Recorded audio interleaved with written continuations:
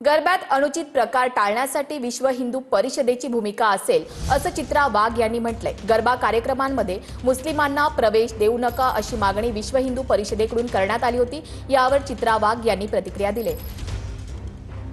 गरबा महोत्सव किंवा नवरात्री हा हिंदूंचा सण आहे, मोठ्या प्रमाणात साजरा केला जातो।